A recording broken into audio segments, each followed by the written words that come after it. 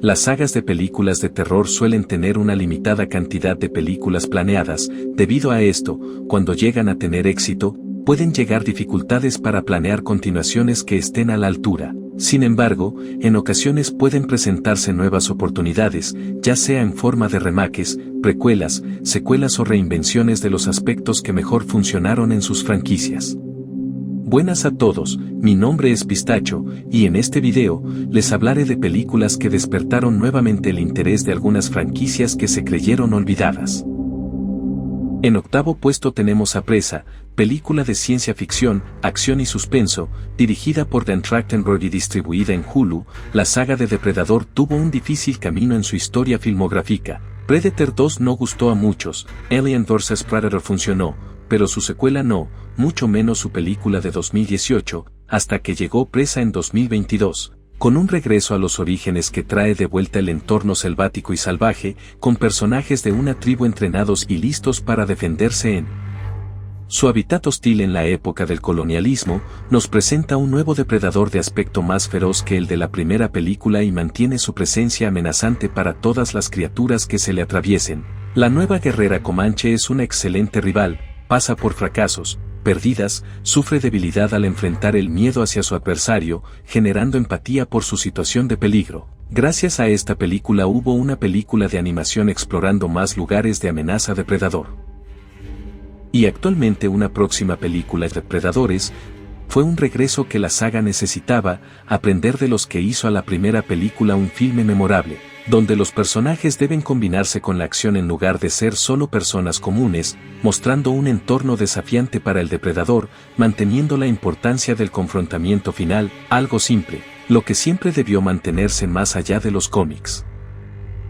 En séptimo puesto Hellraiser 2022, película de terror, fantasía y misterio, dirigida por David Bruckner, distribuida y estrenada en Hulu, traería de vuelta el concepto del dolor y placer que representan los cenobitas. En esta entrega, la nueva protagonista sería lo más débil de esta entrega, y aunque su camino de redención y arrepentimiento por usar el cubo de los lamentos deja un poco que desear, la película compensa con nuevos agregados como la aparición del dios de la carne Leviatán, con una nueva propuesta que reinventa la estética de los cenobitas, cambiando el traje de cuero por una exagerada reconstrucción de atuendo hechos por su propia piel, manteniendo una elegancia y estética desagradablemente macabra. La nueva actriz que recrea a Pinhead cumple bien, tiene presencia al caminar, su inexpresividad combinada con su voz grave lo hace más aterrador. A diferencia de lo que intentaron hacer en Juramento, donde eran atados a las reglas de la religión cristiana, cosa que nunca tuvo sentido agregar en una historia donde Leviatán ya estaba establecido como entidad suprema. En general, es una entrega que recupera elementos clásicos de su mitología, aprovecha de contar más como en Hellraiser 2, recupera temas maduros de codependencia como en Hellraiser 1984, y los villanos vuelven a dar el miedo y peligro que representaban en sus orígenes. En sexto lugar tenemos a Alien Romulus, película de terror, ciencia ficción y acción, dirigida por Federico Álvarez y distribuida por 20th Century Fox. La saga original de Alien con Ripley que se presentó en la primera película de terror, sobre todo en la segunda de acción con James Cameron como director.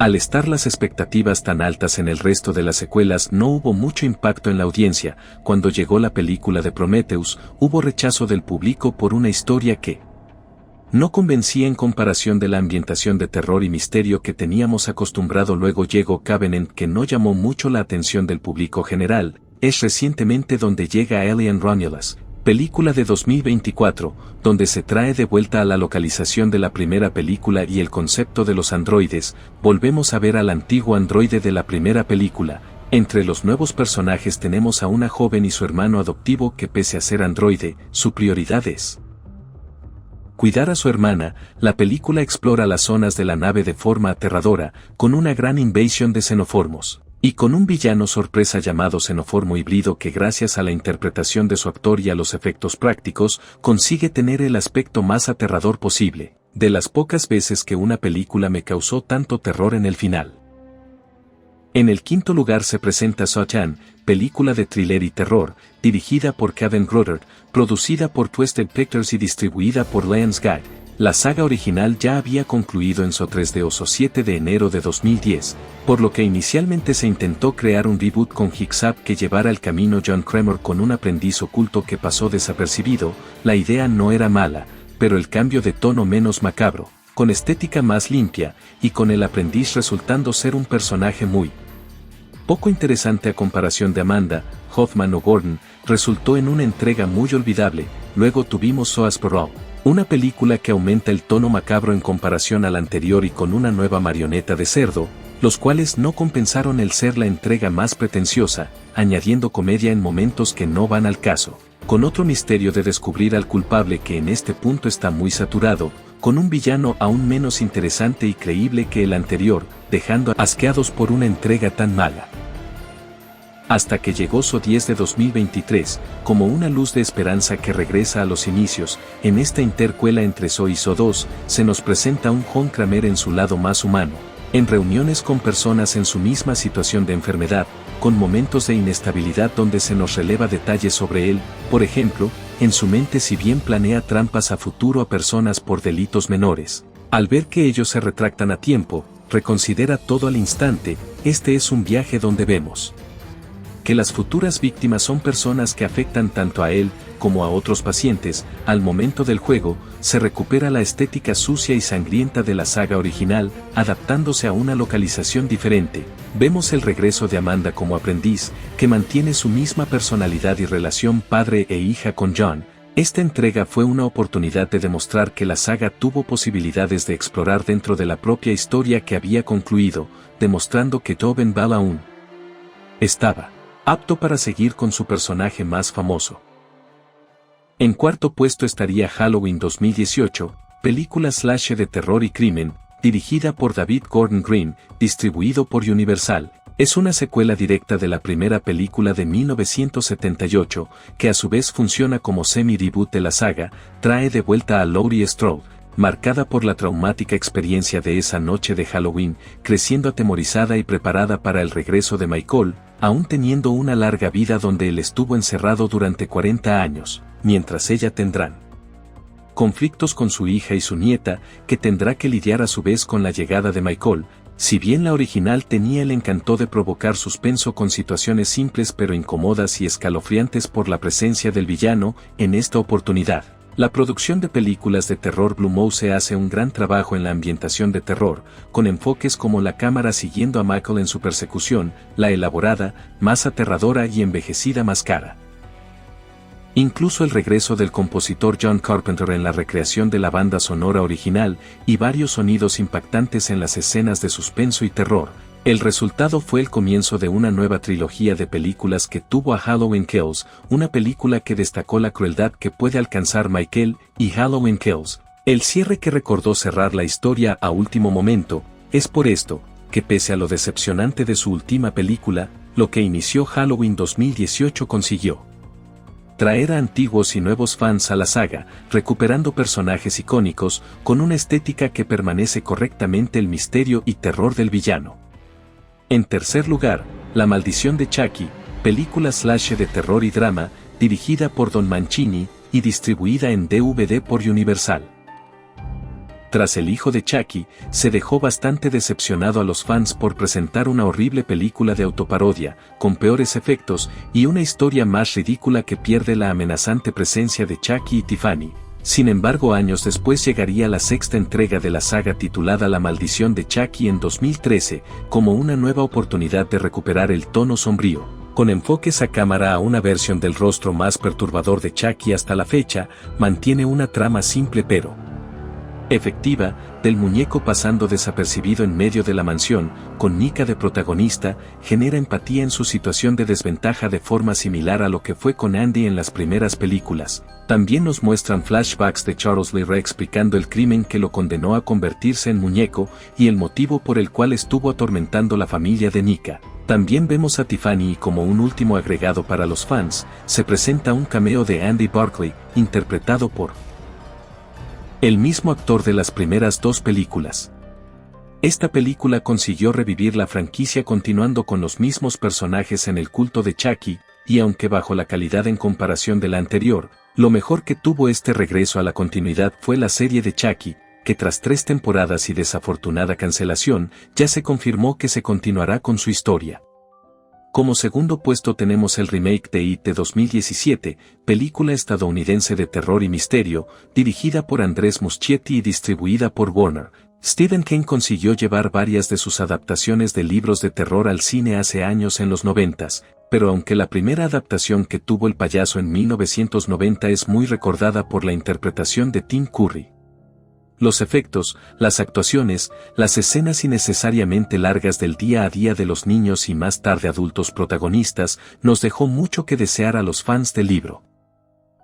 En 2017 se daría esta nueva oportunidad para explorar con la tecnología necesaria al peligro cósmico que verdaderamente representa It, sin dejar de lado la increíble interpretación del actor Bill Skarsgård para la forma principal de payaso. La historia se centra en la época de los 80 de los niños para explorar y desarrollar de forma correcta sus conflictos, y mostrando de manera más explícita y cruda la crueldad de los bullies y los padres que hacen pasar al club de los perdedores, teniendo que enfrentar sus miedos en interpretaciones más trabajadas de los miedos de los niños. En 2019 se haría su segunda parte, debido a que en esta oportunidad, se aprovecharía el explorar el regreso a Derry después de 27 años para confrontar de forma definitiva a It, con más escenas perturbadoras y debido a que ahora son adultos, las formas que ocupa It recurren al gigantismo. Gracias al éxito de las adaptaciones está en curso una próxima serie de It llamada Bienvenido a Derry, el cual nos dará una nueva oportunidad de ver a It más allá de su historia principal. Como primer lugar, no puedo evitar colocar al remake de Evil Dead de 2013, película de terror gore, dirigida por Federico Álvarez, producida por Ghost House Pictures y distribuido por TriStar Pictures Horror.